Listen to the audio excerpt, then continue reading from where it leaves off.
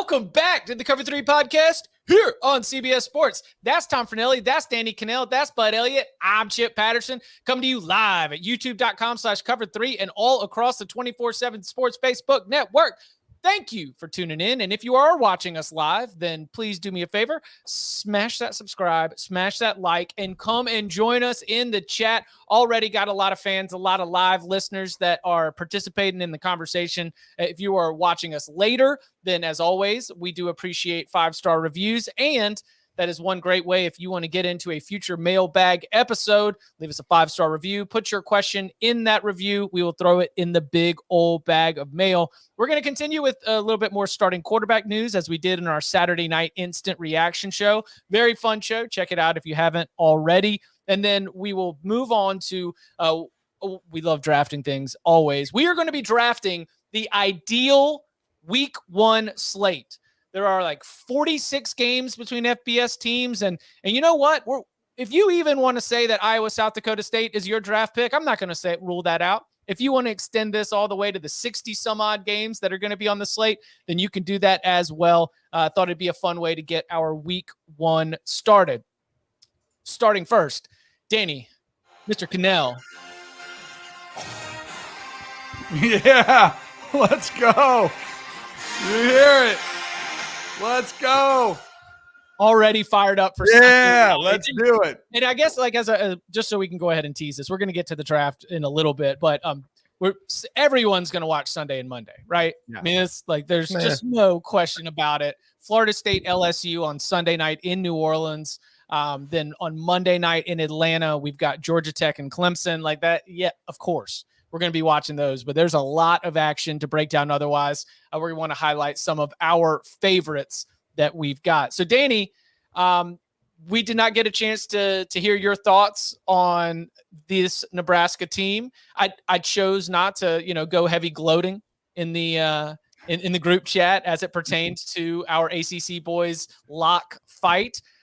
Where are you at with Nebraska? Where is your panic meter if you thought that the best 3-win team in America was going to be able to accomplish great things this year? If they were going to be able to reach that 8-win mark, reach that 7-win mark, how are you feeling about the Cornhuskers? I mean, not great. I don't want to spin this as, hey, I'm picking them to win the Big Ten West by any means, but I'm also not clamoring to fire Scott Frost like it seems everybody across America is ready to do. I think this team's going to be okay. I think they're still going to be able to turn this thing around. This, to me, is so mental for this team. They have a hurdle that they cannot get past. It's exactly like that. And I saw Derek Jeter say this in The Captain in the documentary. His rookie year, like in minor league baseball. Jeets. He was awful. He had like 60 errors or something like that in one season. And he's like, I didn't want anybody to hit me the ball. And everybody's been in that position. Like, you have a rough play. If you play baseball, you don't want the ball hit to you. And then what happens? It always comes to you. For Nebraska, they've always been jumping out to early leads like they did in Ireland. And then what happens? The other team comes back, and then they squeeze tighter than anybody out there, which is why I don't have a problem with Scott Frost going for the onside kick. I didn't think it was a horrible, fireable offense. I think it's really easy to sit here and say, oh, it cost him the game, because it was a turning point in that game. But man, is it easy to do that when you have hindsight. I thought Scott Frost had an aggressive mindset coming into that game. They had talked about it. And what you want to do is you want to try to dispel these demons that are all around you. What better way to do that than to tell your team, I believe in you. I believe in you so much. We're going to go ahead. We're going to go for the jugular. We're not going to sit around and play it safe, play it tentative. We're going to go for the onside. We're going to get the ball back, and we're going to go up by 18. We're not just going to blow this lead. Yeah. See, that's where you want to go. I knew it. Smart Alec. So, of course, it didn't work, but I thought, and look at the way the offense operated in the first half. I mean, it was wide open. Casey Thompson looked like he's in the Heisman. And I thought there was a subtlety right before halftime when they got the ball with 25 seconds. Last year's Nebraska would have knelt on it. Instead, they started throwing it. And they almost came back, got in field goal range, didn't get the points, but they were aggressive. And I am not going to fault a coach for trying to be aggressive and try to change the narrative. Now, when it backfires on you, I also think he didn't think his defense would fall apart. I think he said, hey, if worst case, we'll be okay. We still can control this game. They got pushed around. That's pretty concerning. But as far as the win total looks, what was the total? 7.5? 7.5. I'm not going to say they're going over 8, but I still think they got 6. I don't want to say easy. I think they get 6, and I think 7 is in play. And I think and now, again, Scott Frost may get fired because of that call. It became such a big deal. That might be what runs him out. But I think Nebraska fans should say, hold on a second. Also, the guy he coached against and the team he coached against, they may be better than we thought.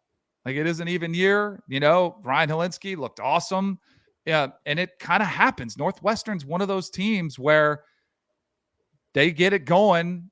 They scheme up things. Maybe they're going to be a lot better than they've been in the past. Like, I don't think it's an atrocious loss. It's tough because it's the same movie, using Scott Frost's term. Feels like you're watching the same movie over and over again. But I don't think it's the end of the world like Nebraska fans feel. But it's the only movie Scott Frost owns. I know. At Nebraska, yes. But, I mean, maybe we didn't notice it at UCF because he was coaching a team that was more talented than everybody else in its conference. So he didn't really have to worry about responding to getting punched in the face. And now when he's up against teams that have just as much talent and the coaching advantage on him, he really doesn't have a counter. Because I didn't think the onside kick was a good idea, but I don't think the onside kick is the problem as much as it's just a symptom of a lot of bad ideas that Scott Frost has had in close games at Nebraska. And I think that you mentioned how good the offense looked in the first half, and I talked about this on Saturday night.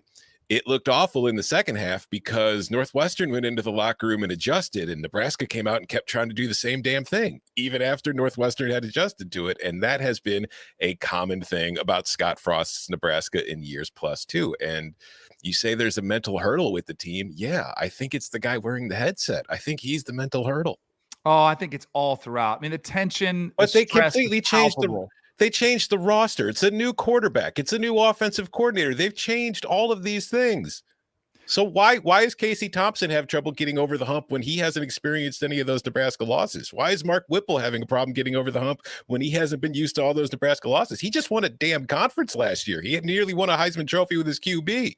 Because you feel it. They know these ghosts that are around. But why do they feel it? Because we talk about it. Everyone talks about it all the time. It's not. See, that's the thing where I would disagree. And look, it's hard to justify the record of Scott Frost as the head coach of Nebraska. There's no doubt about it. But I do think if this team can get just one win, again, not North Dakota, because I do think they're going to rattle off a couple easy wins here. Yes. Then they're going to play Oklahoma, and they'll probably go up early. But if they can get to 4-2, I think that Purdue game becomes that much more important. And if they could beat that team, Purdue, on the road, then it's like, man, they might say this is that big monkey that's off of our back and they can just breathe and just play and not have to play, because everyone knows the narrative. Everyone in that locker room on the sideline knows it. Oh, we can't blow this one. And that's why I think he went for the onside kick. He didn't want to have in a position where you're thinking, don't blow it, because it's impossible to play from that position. Don't blow this. You want to be the opposite. We're to close this game out, which is why I think he went for that. But let me ask you this just philosophical question. Regardless of how it worked out, the decision, if you're the better team, do you have to try trick plays, or should you just be counting on your team winning out in the long run? Isn't the team, the underdog team, supposed to be the one that's pulling out surprise onside kicks? Yeah, I mean, it happened, but like when Nick Saban does doing that, what does that say about your mental state, about how you feel about your team? No, but see, like because in that situation, I totally understand what you're saying. But Bobby Bowden was a trick play machine, and we ran him all the time, and we were always the better team. I think it's. But how many points were you already winning by when you were doing it? Well, I mean, they did run the punt Ruski down. Like it was tie game from their own 13 or 14 yard line. A game changing time. The problem to do is it. Not when you're up by 11. Yeah, if the reason Saban did it is because his defense was just gassed, and he realized they couldn't send him back out there. Like Clemson was going to score on an 80-yard field or on a 40-yard field, And to me, I'm trying to find it here. Didn't they? An excellent comment, Lynn P. By the way, Bobby Bowden was a good coach. Scott Frost has had some questionable coaching moves, certainly. Didn't Nebraska get a stop or two before that onside kick? It felt like Yes. Why are you stealing a possession? Isn't your defense kind of turning the corner here? Maybe, or maybe internally they just thought, hey, we were actually pretty screwed on those possessions we got stops on, and we didn't play it well. And like, we think our defense is shot, which correct. Yeah, they were. But it kind of introduces more variance into a game in which you're already up 11 at that point, and I don't really think it was necessary to do it. I'm a big sample set guy. I was wrong at how Ryan Helinski would play in this game. I don't think I'm wrong about Ryan Helinski being a good quarterback or not. And maybe he's turned the corner because it's 2 years in a row with the same coordinator, blah, blah, blah, blah, blah. But you still need to think about what happened like the prior 3 years of this kid's career. Do you really trust him to go 80 yards against you again if you just kick the ball off? I didn't like it. Here, another question too, because like we showed the tweet earlier, and this is for all of you, not just Danny. I don't think you're wrong at all. I think this is a Nebraska team that could still double its win total from last year, finish 6-6, and go to a bowl game. But does that really change what your long-term vision of this program is under Scott Frost? Like, if Nebraska goes 6-6 this year and gets to a bowl game, or it goes 7-5, do you have any confidence based on the first 45 games? That's right. He's coached 45 games at Nebraska. Based on what you've seen in all those seasons, that things are going to improve, or is just going 6-6 now the new, we can just get to a bowl game. Yay. Yeah, they beat Purdue on the road. Awesome. You guys are in Nebraska. Come on. Yeah. Like they know what they need to do. Start somewhere. They'll do it. If they get to 7 wins. He started 45 games ago. Yes, I think if they get to 7 wins, he's fired. I agree. You think 6-6 I think they'll make done? it. I think 6-6 is done. I think 7-5 is probably done. I don't think 7. You have a major NIL program behind you. A lot of coaches know that Nebraska is spending. Go in there, get some new blood, get some new excitement in there. They don't have that new coach energy right now. There's not a lot of kids excited about Nebraska, independent of the NIL stuff they're doing. A lot of people would want that job. I think at this point, like, they have to beat Oklahoma. Yeah, if they beat Oklahoma, that's the one thing I think that could really kind of rejuvenate things and put belief back in there. But if they don't and they finish 6-6 or 7-5, what's the point? What are you doing? Listen, guaranteed. There's a lot of confidence. There's a lot of confidence in the Michigan Wolverines on this podcast. But beat Michigan, beat Iowa. When like the back half of the schedule is where you start to see the losses pile up. But that's also where Scott Frost does his back against the wall, circle the wagons, rip off a couple upsets, and find a way to be able to make it into a bowl game. I think 6 wins could keep him the job if those 6 wins include a late season surge. It's just looking at those games and the likelihood of those games being wins for Nebraska are why some people are figuring that this might be it at this point. Not to keep this, we should probably move on, but just one little fun stat I think we should close this on. From Reddit College Football. After yesterday's loss, or Saturday's loss at this point, Scott Frost is now 15-30 at Nebraska. Bo Pelini was fired after going 67-27. If Frost wins the next 50 games, he would still have a worse record at Nebraska than Bo Pelini did. On the field record, not like, driving record of your staff. Correct. So, did you see that? I think Pete Thamel followed it up with he'd have to win 22 straight to catch Bill Callahan. Mm-hmm. Like it's bad. Yeah. This was supposed to be the savior, and it's just kind of like he's been better than Mike Riley's Nebraska teams. That's maybe low bar. Maybe he might not even be. You're right. I don't know. A little bit of starting quarterback news before we keep things rolling. Auburn will start the season against Mercer, and Auburn's starting quarterback will be TJ Finley. Now, TJ Finley did finish the year as the starting quarterback for Auburn. Remember the former LSU transfer. Our guy Emory Hunt calls him Big Ponchatoula. And at times, like, you see the physical gifts, you see the skills, but I do not think that he was named by many Auburn fans or necessarily by even all of us in the summer as like, that is going to be TJ Finley's job. There was competition there, and Zach Calzada had come in from Texas A&M. Then later in fall camp, we started to get the word that Zach Calzada might not have been as big of a factor in this quarterback battle, and TJ Finley gets announced as the starter. What are the expectations for TJ Finley? Brian Harsin has been very impressed, he says, with his command of the offense and the way that he's, I could write a Mad Lib for the quotes that come out from a head coach about a starting quarterback as it pertains to the intangibles and taking control and leadership in the locker room and stuff like that.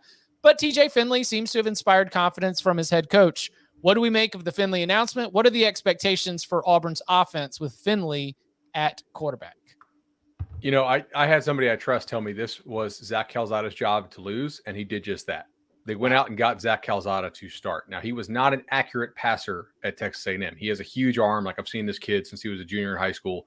He has an arm cannon, but it doesn't always fire in the right spots. And even when he knows where he's going with the ball, you know, the ball placement is not always there. I'm not confident in this situation. I think you'll see TJ Finley, obviously, and I think we'll see a good amount of Wildcat style stuff with Robbie Ashford. I think Calzada was running third from what my guys were telling me. So, I've been anti-Auburn's offense all offseason. I don't think they're any good. I think the receivers they lost, like, do they have the worst receiving core in the SEC outside of Vanderbilt? I think so. Hey, Vandy just put up 63 points, bro. Yeah, That's easy. That's true. Shout out Vandy late night. I don't. They're going to have to be really, really good at running the football, or Finley's going to have to take a big jump. But I don't think he did. I think Calzada just was bad. I'm on Auburn over 6, so I'm going to be like Danny with Scott Frost here, and I'm just holding on. They're going to be fine. TJ Finley, he won the job. Zach Calzada did not lose the job. TJ Finley went in there, played great, stole it from him. Tigers going to be scoring 35 points a game this year. You'll see. Tank Bigsby helps. Any quarterback's life is going to be easier based on the amount of attention and the amount of bodies and eyeballs that are going to have to be stuck on Tank Bigsby. So I don't think Auburn needs to have a super dynamic passing attack or overwhelm the opposition with talent on the perimeter to be able to accomplish what the projections would have with them being about a 6-win team. So if TJ Finley is the one that limits the mistakes and is the option that the coaching staff trusts the most to make the right decisions out there within the framework of the offense, sure. But I don't know if it inspired like overwhelming amounts of confidence, because ultimately I always thought that whoever was starting at Auburn, their two jobs were to, number one, not turn the ball over, and number two, give the ball to Tank Bigsby. And number 3, avoid the coup. Yeah. I mean, these are bad options. Let's be honest. Like, it probably was an ugly competition that just played out long enough. And you went with a guy that's probably most familiar with the system because he's played in it longer. And I wouldn't expect a lot out of it. But this, to Tom's point, when you have an attempted coup, guess what? It hurts. It hurts your chances of getting good players because they look at it as a disaster and they don't want any part of it, including your coaching staff, who doesn't want any part of it either. Changing over coordinators, it's a mess. Also, shout out to Brian Harsin. I don't know if you guys saw the tweet from him this weekend, but on game day, they ran the graphic about Brian Harsin's status at Nebraska, and he just took a screenshot, tweeted it with like a shrug emoji. That was great. I mean, ultimately, I'm coming out of this whole experience with probably a higher thoughts on Brian Harsin than I had going in, just because of the way that he has handled this at every turn. I'm in Mexico because my schedule said I'm going to Mexico and I'm not going to worry about all this right now. You guys figure this out. Did y'all listen? I've said many times that there is a beat that is like the athletic director carousel beat. There are like media members, there are writers that are like all into being in with the admins, and it ain't me. So I can't speak with any like informed insider sourced opinion when it comes to athletic directors, their relationships with their university presidents and all that turnover.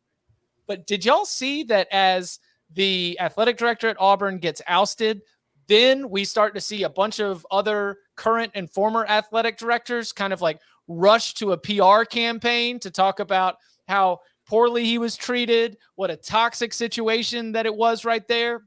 And while we have even hinted at such, difficulties within the Auburn community and the boosters fighting for power and even using the word coup here on this episode, Did that sort of like trigger anything, or were you surprised at all to see it get so?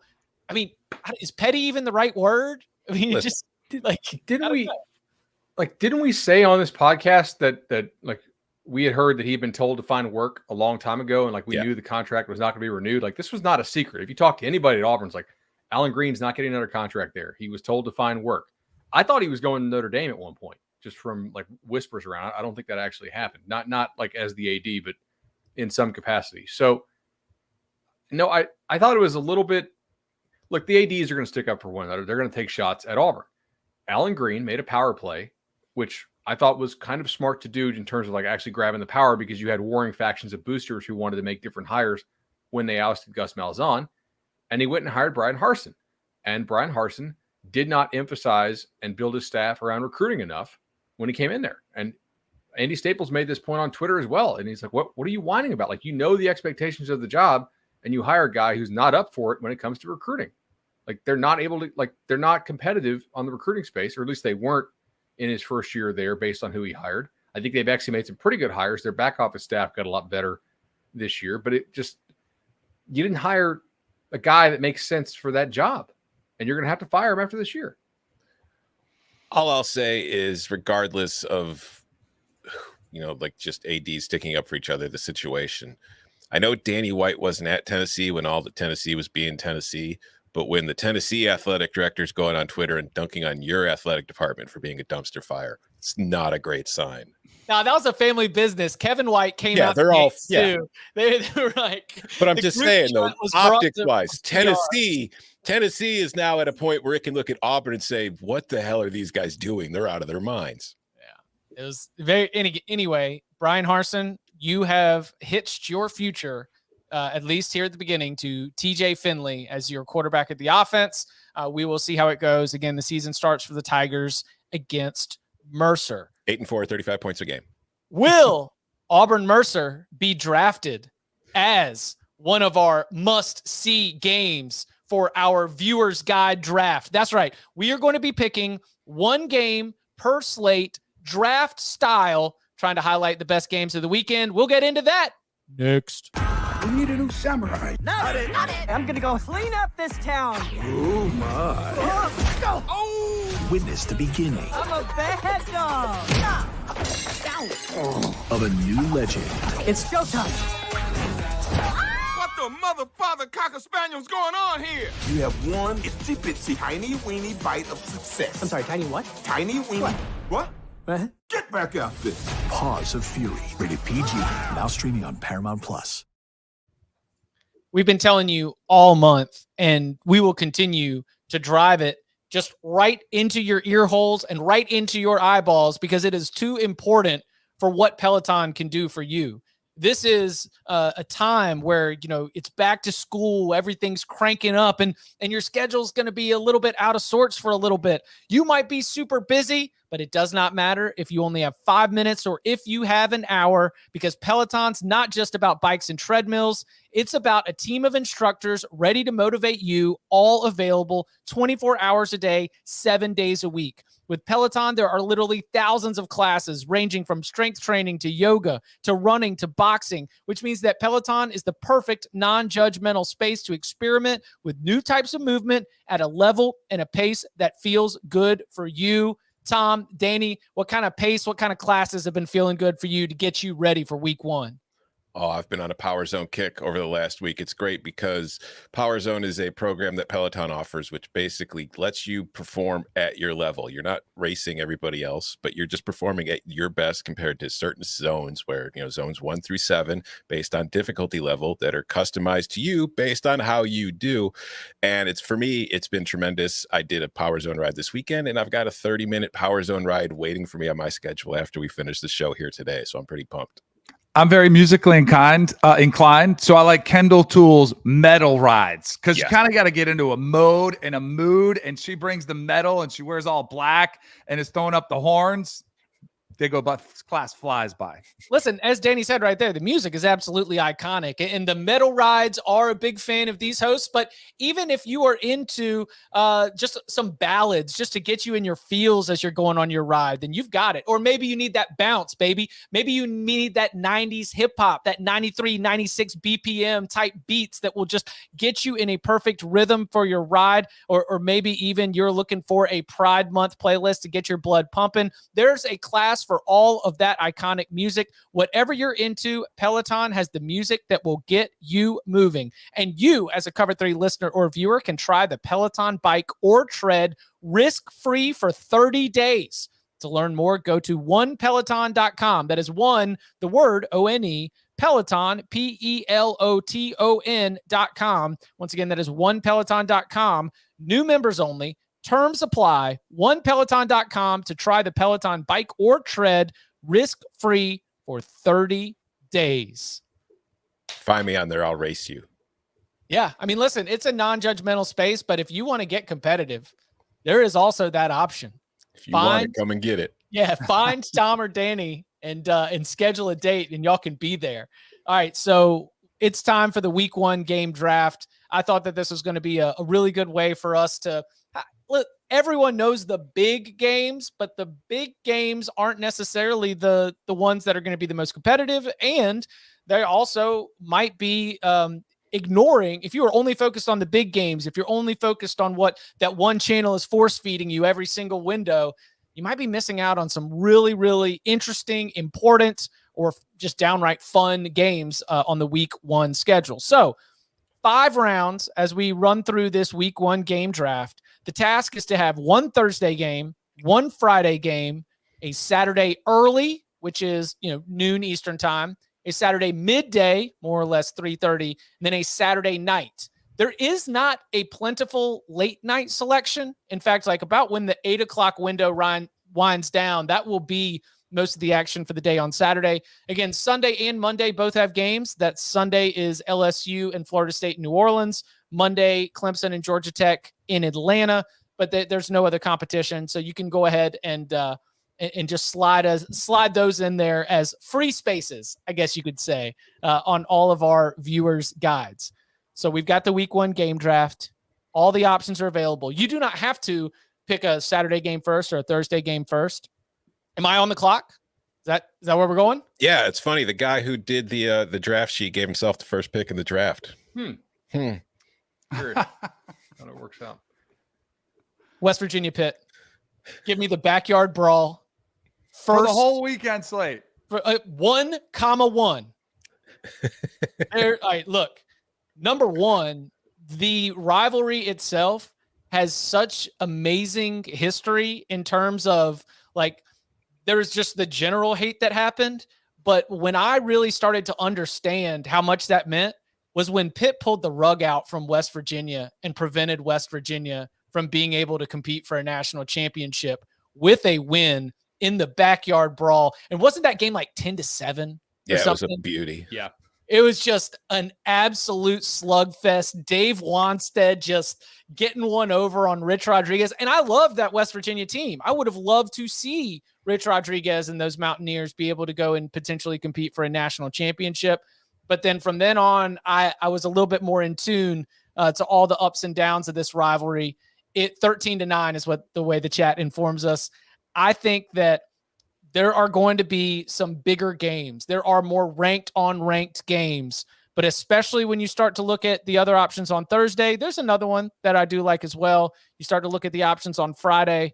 I think that this is one I wanted to have on my board. It's very important to me that West Virginia Pitt is on the board. JT Daniels suiting up for West Virginia. Keaton Slovis suiting up for Pitt. So forget the own rivalry history. We got former USC quarterback against former USC quarterback. We've got Pat Narduzzi getting back to the ground and pound thanks to, Nebraska's new offensive coordinator who just perpetually stays getting thrown under the bus by his head coaches, is no longer throwing the ball too much. Yeah, give me Pitt against West Virginia. First round, first pick. Backyard brawls back, baby. Of course, you bring up the USC former quarterbacks because you are the voice of the USC Trojans, featured prominently on their hype video. Holy cow. Were you? I hadn't. Wait, are you really? I haven't seen Oh, it. Chip is all over that thing. I saw Pate put out a thing. He's on there, and he's like barely on there. Chip is like, they go back. Like it's like 3 different clips of Chip raving about Lincoln Riley and how they're going to be great. I mean, you are the voice of the Trojans. I love the game. It would not have been my first pick. Hail to Pitt. My dad is a Pitt Panther, so we'll see how that one unfolds. Yeah, Jordan, you want to be really happy? They are adding episode length to our ad marker placement report. So I just made our producer Jordan extremely happy for his Mondays now. Nice. Awesome. No, Chip, I think that's a great pick, man. I'm very curious to see what will happen with the West Virginia defensive line. I think losing Messidor to Miami through the transfer portal and, Porter, and they lost a lot of guys on defense. And, Pitt, even though I think there's some reason to worry that Narduzzi's less efficient this year because their whole, like, we're going to run the ball more. And I'm like, I hate when I see that kind of stuff. I'm like, yeah, run it more. That's less efficient. Great. But they do return their entire O-line, entire D-line, and their entire secondary. You give Pat Narduzzi those kind of tools, I'm excited to see what he can do. A lot of Big 12 people I follow seem to be hyping up West Virginia. They think they're bowling. I may be missing some of my numbers. I'm not really sure that I see that. So we'll see. But do I get a pick here? Or okay. All right. So I tried to run some analytics on this stuff to figure out like where the biggest drop-offs were. And I didn't actually have time because I had a meeting. So I only got through 2 games on Thursday. And I did figure out Thursday. So I'm sticking on Thursday. Hold on. You were running analytics for our viewers guide track. Yeah. Yeah. I had my betting sheet pulled up and I was like, all right, which were the most watchable? And yeah, it was nerddom. So I got through 3 games. Beep, beep, boop, boop. But I think Chip's got the Chipalytics here because West Virginia Pitt was my best selection. We're drafting off the same board. Yeah, he's got me hacked. Google Sheets sharing. I'm not seeing anybody. Chip's on ghost mode. Yeah. Penn State, Purdue. A lot of narrative here. Penn State is a small favorite on the road. Excited to see just how good Sean Clifford plays when he comes back. He was playing like a top 10 quarterback by the numbers, of course, before he got hurt last year. A lot of people seem to like this Purdue team a whole lot after their bowl victory against Tennessee. They do lose Bell and Milton Wright, so we'll have to see how they are at receiver. But I'm really excited to watch this because if Penn State doesn't win this game, you're going to have all these media who don't cover college football all the time like we do talking about James Franklin hot seat when he just got like $150 million contract, which means it's not happening. And everybody that I know is pointing to 2023 for Penn State. So we'll get that fun narrative if the Nittany Lions lose. And obviously Purdue, if they don't win this, if you're going to have a special year, that's kind of one of the games you have to get. I stole my Thursday pick. I was actually going to take that because I figured there's pretty thin slate on that day. But no, I'm very interested in that game because it is the battle between the team I'm saying is underrated versus the team I'm saying is overrated in the Big Ten. So it's a pretty important game for my narratives. For my first round pick, I'll take the other weeknight. I'm going to go to the Friday night, Bloomington, Indiana. The Indiana Hoosiers coming off. Were they 1-8 or 0-9 last year in Big Ten play? I think they were winless. Coming off a winless season in the Big Ten with the home opener, the Big Ten opener against the mighty Illini, coming in off a 32-point blowout win over a terrific Wyoming team. I think that team's going to make a lot of noise in the Mountain West, and this Illinois win is only going to be more impressive as the season goes along. I think this is honestly a very not huge game for either team, but for both of these teams, if they want to get to a bowl game this year, and I think it's not a likely expectation for Indiana, but I don't think it's completely out of the picture. But this is one of those games that I feel like both of these teams need to win. I think Indiana, coming off the winless Big Ten season after doing so well in 2020, could just use it for morale to get a nice home win to start the year against Illinois. For Illinois, it's a test because they had to play on Saturday against Wyoming and they won, but now they've got to turn around in a short week, go on the road to Indiana, which they haven't played in Bloomington since I think 2013. These two teams, considering the rivalry between them in basketball, the football side of things, they haven't been able to play very often. So the rivalry between them's hurting. So I feel like a nice primetime game on Friday on a national network. It's a big game. You know who I'm rooting for, but yeah, to me, that's the best game on Friday night. Wow. So you guys all could have gone anywhere on the board, and those are the games you chose. Anywhere from Thursday, Friday, or Saturday. Yeah, it's a draft though. I know. Saturday's These games we deep. picked. Yeah. Hey, these great. games we picked are the games that are going to not have you get in a fight with your wife if you try to put that on the big screen. Danny's going to go out here and pick some great game, and we're going to come around on this thing, and he's going to be like, honey, we have to watch Central Michigan and Oklahoma State on Thursday night or Good. Temple Duke on No. Friday, right? No, So see, I've spent a lot of meetings with the executives. I know how this draft process works for the broadcast companies. You know what I'm going to do? I'm going to get the best game of the entire weekend with my first pick. And I go back to back, right? We're doing Snake. Mm-hmm. Yeah. Give me, for my Saturday night special, give me Utah going to the Swamp to take on the Florida Gators, 7 o'clock, ESPN. The game is going to be tight. It has playoff implications for Utah for sure. Who knows what will happen with the Gators? Got to get Gator Dan back in here, see what happens in this game. I think this game is one of the most fascinating games of the entire weekend. So I'm going to lock that one up. I didn't want it anyway. You can have it. Fine. All right, I don't care about perfect. that game. great pick. Then for my, I'll go ahead. I'm going to go 3:30. I'm going to go to Fayetteville, Arkansas. I'm going to have ESPN tuned up for a top 25 matchup of Cincinnati coming off their playoff appearance versus the Arkansas Razorbacks of the mighty SEC West, trying to shock the world. I know I'll have my trolling Twitter fingers ready in case Cincinnati jumps out to an early lead. Cannot miss this game. That will be my number 2 choice. Pandering. You are pandering to the masses with these picks. Come on, show some imagination. Star power. I want ratings. Cincinnati and Arkansas is the most fun, right? Yes. Like in the Saturday 3:30 slate, there are other games that can have intrigue. You know, there's another game that has higher ranked teams, but that is the one that the fun factor and the unknown about the Cincinnati Bearcats. That is, I like that pick. That was my 3:30 number 1 on the board. So respect there. All right. So we're cycling back to Tom. I will say, Danny, you've been in on those drafts. Any of our bosses at CBS Sports, I will happily take place in the Big Ten drafts for you in the coming years if you would like to know which games we should be selecting on a weekly basis.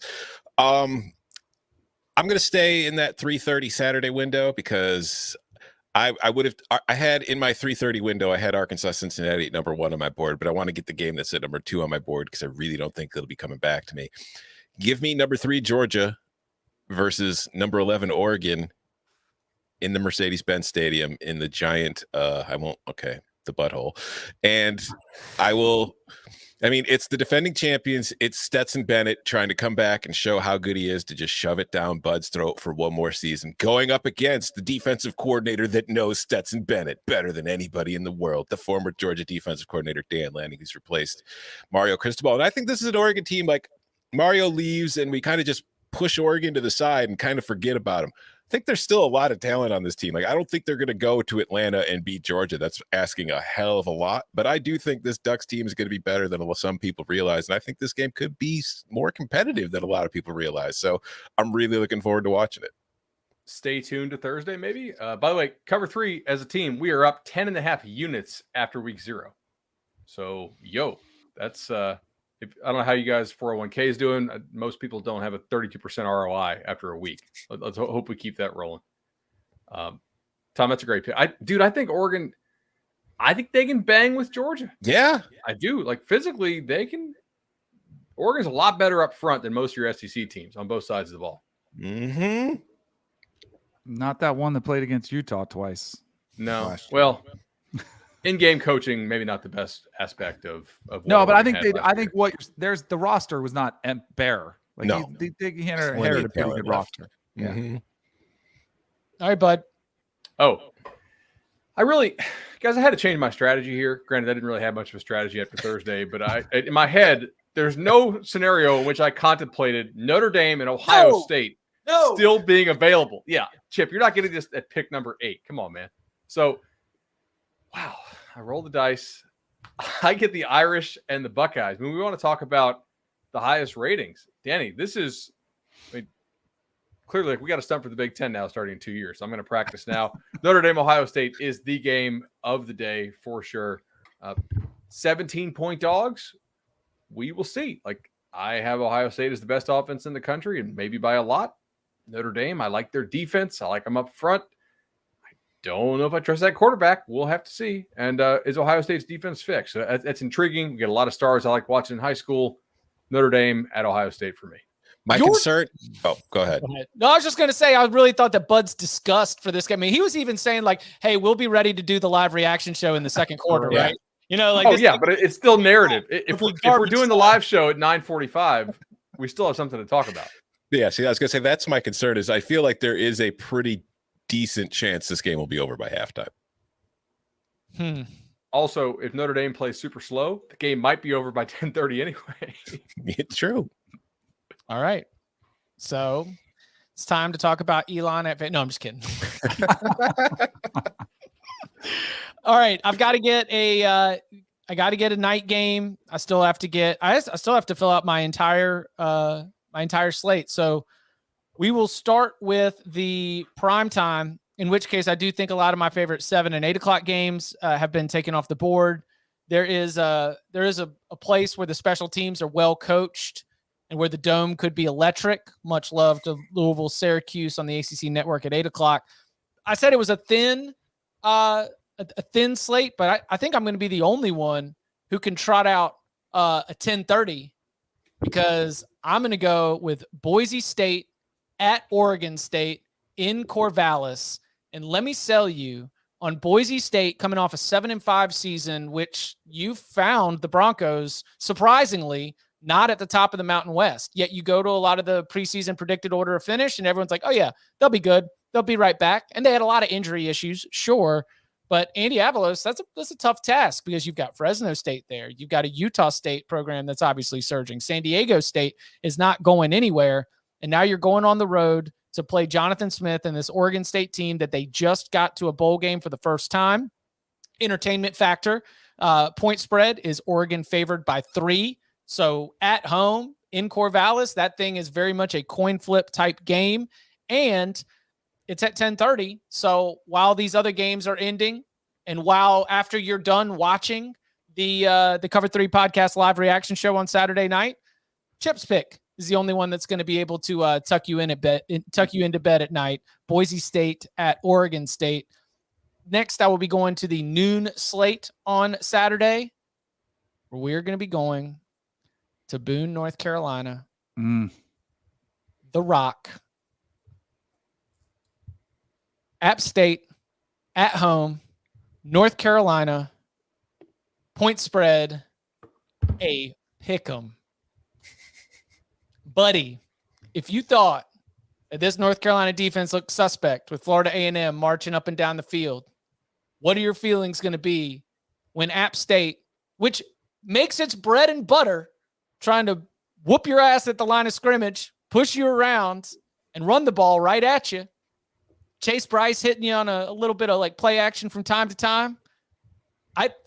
I think that this game is going to be extremely interesting. Mac Brown, of course, was a head coach at App State prior to his first arrival at North Carolina. And App State beat North Carolina in Chapel Hill the last time these two teams played. I thought that Drake May with his 5 touchdowns looked really, really good. But this is... You want to talk about narrative. You want to talk about the takes that might be coming from an ACC team that is, about middle of the pack in the whole conference, but probably a top 3, top 4 team in the ACC Coastal Division. And App State obviously picked to win the Sun Belt East Division, one of the teams that is right there at the top of a surging Sun Belt conference. Kid Brewer Stadium, aka The Rock, is one of my favorite. I mean, huge homer, but like one of my favorite college football settings with the way the stadium is kind of nestled into the mountains. It's walking distance from campus. The whole atmosphere around there is awesome. And I expect that it'll be on fire with the Tar Heels in town. So I'm going to go with the noon slate Give me North Carolina at App State. Chip is the Phoebe Bridgers of this draft. He's a critical darling. Yes. I'll take it. Not mainstream, but those who know. Yep. A big if you know vibe so far. Okay. So that has me with I've got I'll do a quick review, call it up for those that are watching live along on YouTube or on Facebook. I got 3 picks on the board. Pitt at West Virginia is my Thursday. Oregon State, Boise State is my Saturday PM. App State, North Carolina is my Saturday noon. Bud's got Purdue, Penn State on Thursday. Ohio State, Notre Dame. He's got 4 Big Ten teams right there. Tom's got Indiana, Illinois on Friday. Georgia against Oregon, Saturday midday. Danny's got Florida, Utah as his Saturday PM. Arkansas, Cincinnati as his Saturday midday. Bud, back to you. All right, let's do this thing. I'm going to go to the Dome. Saturday afternoon. I thought the 2 best games there are already picked: Oregon, Georgia, Cincinnati, Arkansas. But if you're a 4-screen guy, I'm saying Houston at UTSA is intriguing. A lot of people think Houston could be almost a BCS darling, but a playoff crasher, or at least a New Year's Six type team this year. UTSA cost me some coin last year on my Western Kentucky future, unfortunately, in CUSA. I'm interested to see what happens to UTSA with some of their personnel losses. Houston, second year with the quarterback, with Dana. I think they're rightfully favored. This could be a pretty interesting game in the Dome, and it's one that Houston has to have. And if UTSA wins this, then I think they are probably pretty clearly your CUSA favorite. Love this game. You will be able to find it on CBS Sports Network, where all the real ones know that is where, like, you know what song you're going to hear for Houston UTSA? It ain't called the SEC on CBS theme music. It's the CBS college football theme music. You tune in to Houston UTSA, you're going to hear the same way that you're going to hear it when that Big Ten game slips in a few years. So the trumpets belong to the eye, baby. And I'm a huge fan of that game. I've been very, very bullish on Houston and UTSA, on Houston so far. So this is definitely a big test for in all of my Houston will be the highest ranked group of 5 team takes. And UTSA obviously also has Texas on deck. So scout for that game as well as you tune into that one. All right. I'm on the board. I'm going to use some game theory here because I see Danny has his Saturday night and his Saturday midday. Thursday's pretty bleak. I've already got my Friday game, so I got to get a Saturday morning game before Danny can snake it from me. I'm going to go with a game that Danny might want to watch, but sorry, buddy, you're not going to get it. Give me East Carolina versus NC State on Saturday at noon on ESPN. I want to see Devin Leary. I want to see the Wolfpack. This is the team that we've talked about a lot in the offseason as being somewhat of a sleeper in the ACC, Devin Leary being one of the better quarterbacks in the league. And this is an ECU team that I don't have the highest of hopes for in 2022, but I do like Mike Houston. I think Mike Houston is a good coach. I do think that ECU is improving and heading in the right direction. And, at home, season opener, first week of the season is when we see a lot of strange things. NC State, as much as I like them, they get a little too conservative on offense sometimes, let teams hang around. We could see some sleepy early Saturday upset potential here. So I'm going to be tuning in.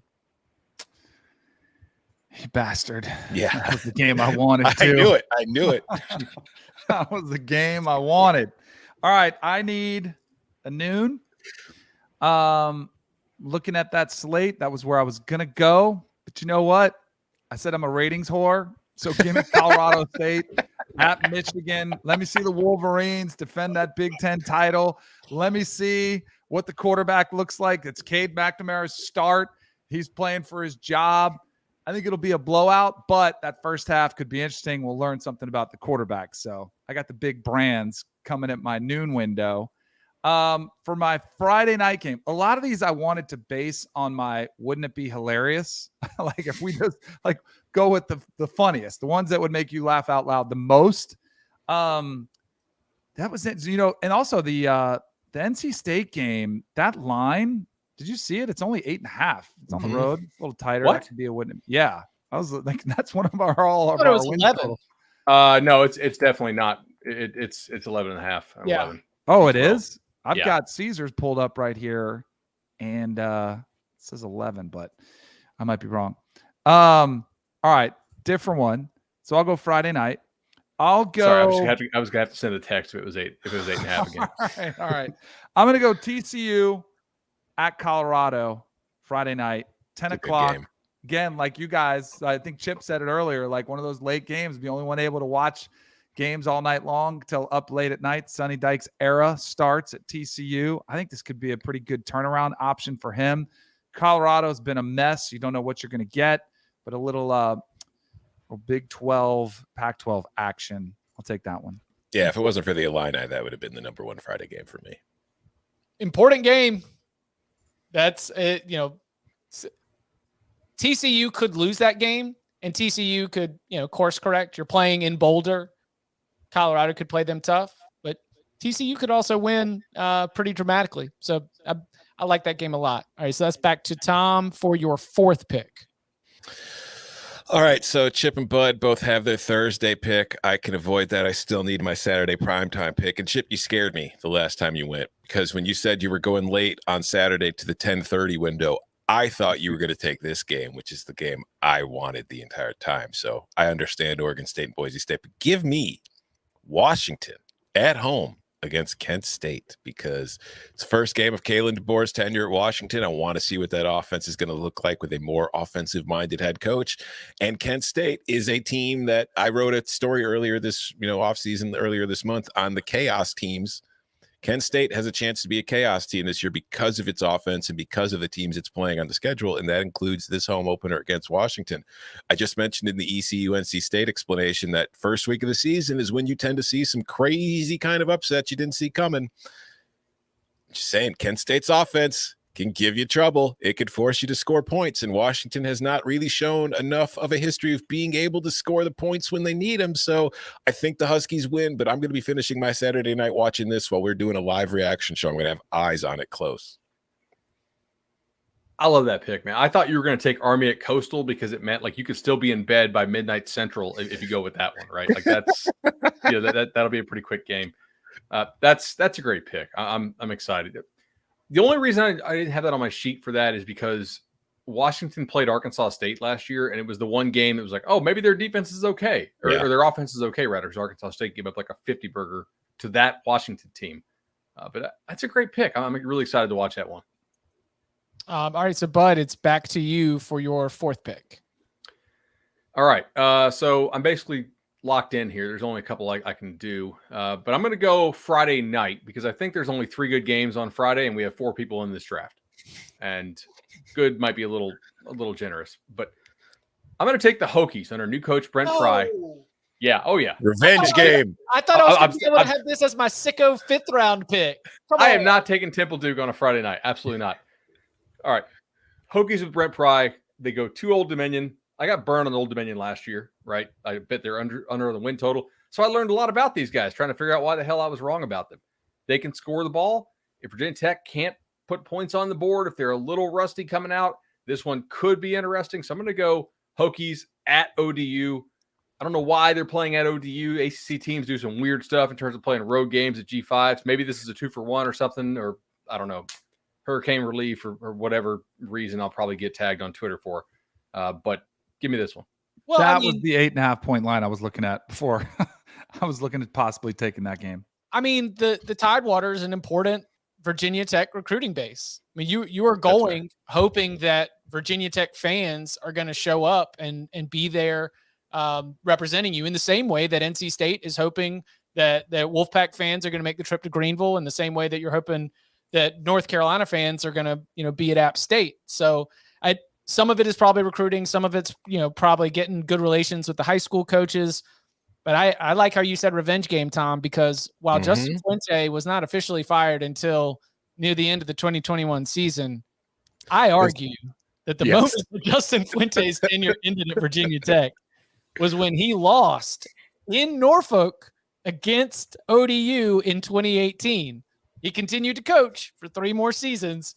But when Virginia Tech fans saw that loss to an ODU program that, within the context of Virginia football, more recently had even just made the move from FCS to FBS. So it carried the stink of an FCS loss. I think Ricky Ronnie's done a really good job with ODU. I'm not surprised they were able to exceed their win total. And I agree with you, Bud. They are a very dangerous team. I liked that Friday game. I thought that no one was going to take it. And now that puts me in a tricky spot for Friday. But first we'll tackle Thursday. BYU USF is not my pick. It is interesting for all of our expectations that we've heaped on BYU. Can Jerry Bohannon, the former Baylor quarterback, be able to have some success with Jeff Scott, as Jeff Scott has won 3 games in 2 years as the Bulls head coach? But do you know why I'm not going to put that on my viewer's guide? Because that thing is guaranteed for weather delays. Like that thing, like I already looked at the weather and I was like, I don't want to put you, the viewer, through having to keep up with all the weather delays and getting all that extra studio coverage. Much love to studio hosts and talent who have to go through those extended weather delays. There could be a money-making opportunity in Tulsa, Wyoming, right? There could be a money-making opportunity in Tulsa, Wyoming. But I'm going to go to the best one-win team in America. Who's going to be making the trip to San Diego to Snapdragon Stadium. What's Snapdragon is a cell phone company? What's Snapdragon? Sure. I think it's one of the new dragons in the HBO show. Slap Bracelet Snapdragon Stadium, San Diego, California. Arizona at San Diego State. We obviously had on our win totals lock Arizona over the 2.5. They are a 6-point underdogs against the San Diego State team that I believe is going to be competing for the Mountain West title. But the way that San Diego State handles its business, it's going to be low scoring. You're always going to have a chance all throughout that game. Give me Arizona, San Diego State as my 3:30 window. I think that one is selfishly for like win total purposes. But if you're going to believe all the talk that Tom and I have had about this Wildcats team under Jed Fish, then you're going to want to see something out of Arizona in that spot. Finally, I've got to wrap this thing up with the Friday. Illinois, Indiana's off the board. TCU, Colorado's off the board. My sneaky Virginia Tech ODU is off the board, which does leave me, Bud, with Temple at Duke in the beginning of the Mike Elko era and the beginning of the Stan Drayton era. 2 first-year coaches. The game's going to be in Wallace Wade Stadium, and it is the Blue Devils. It is the Blue Devils' most likely win. So if you want to see the best of Duke in terms of execution, it's probably going to come later in the year.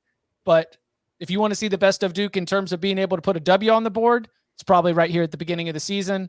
So I will round this out with, I don't have any love for Western Michigan, Michigan State. I can't believe Michigan State. I can't believe Michigan State opening the season on a Friday night against a directional Michigan school for the 1,000th year in a row didn't get drafted. It's boring. Yeah. Probably. But maybe. Chip, not.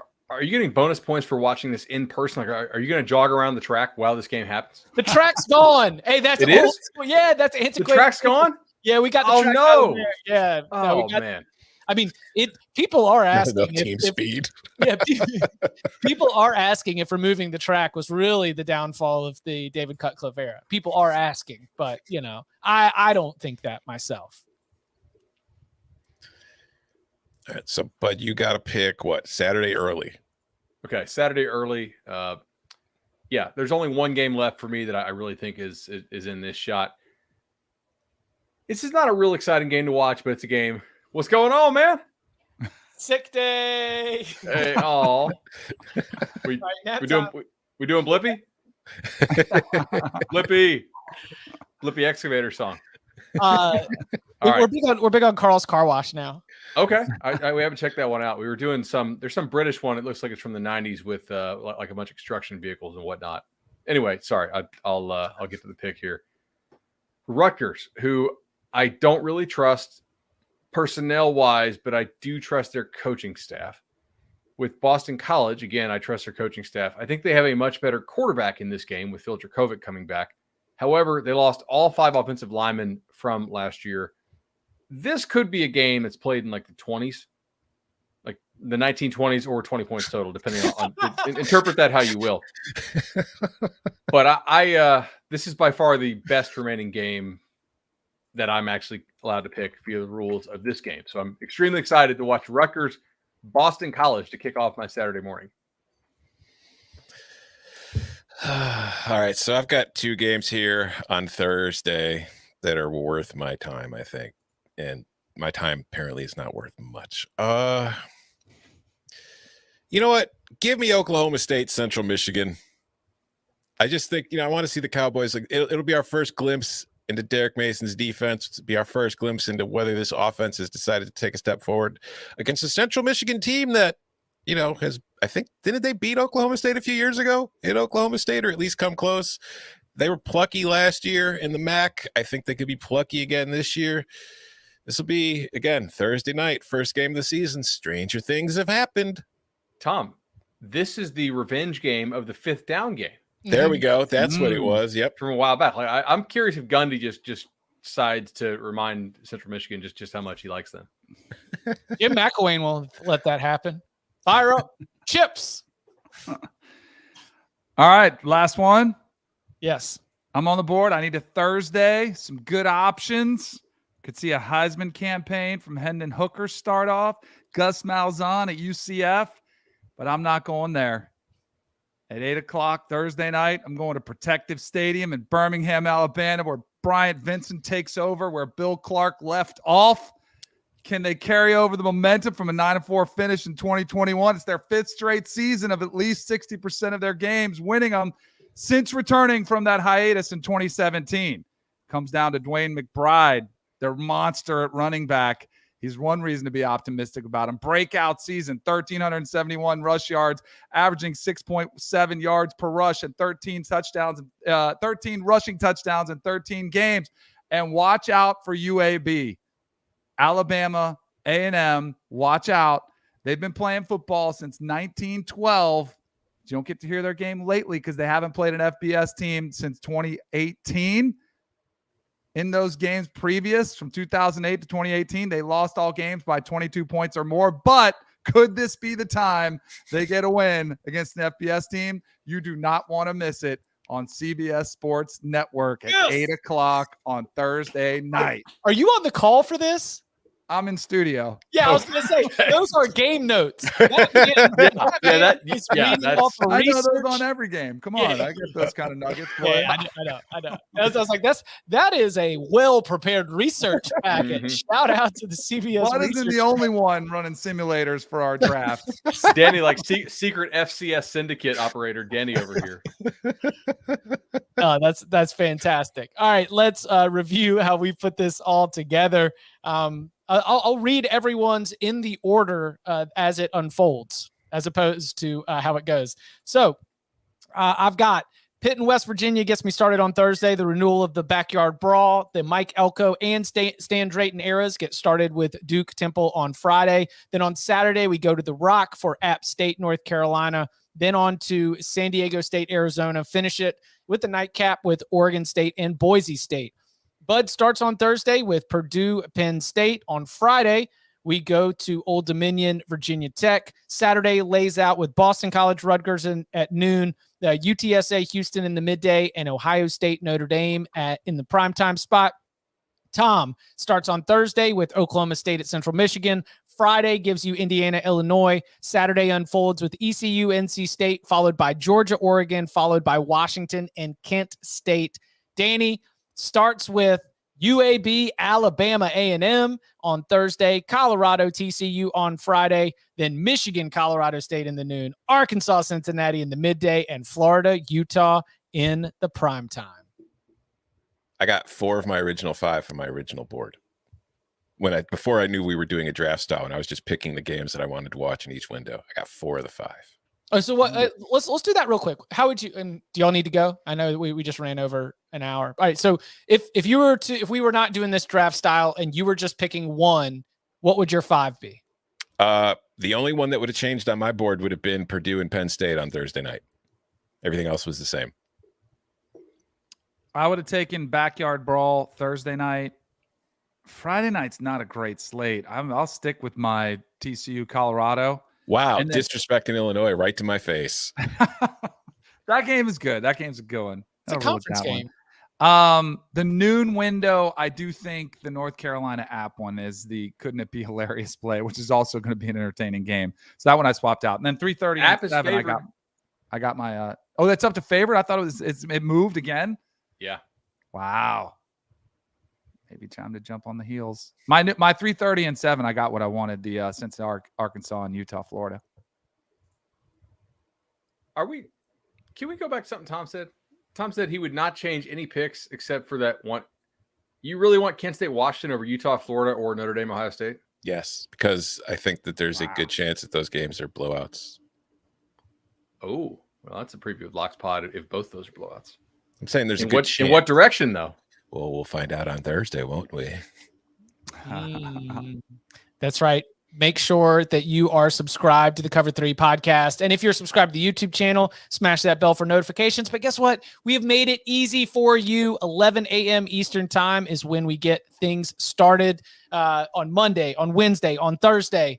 And so you just need to set your clock or again, smash that bell for notifications. You can follow him on Twitter at Tom Fernelli. You can follow him at Danny Cannell. You can follow him at Bud Elliott 3. You can follow me at Chip_Patterson. Gentlemen, thank you very much. Thank you.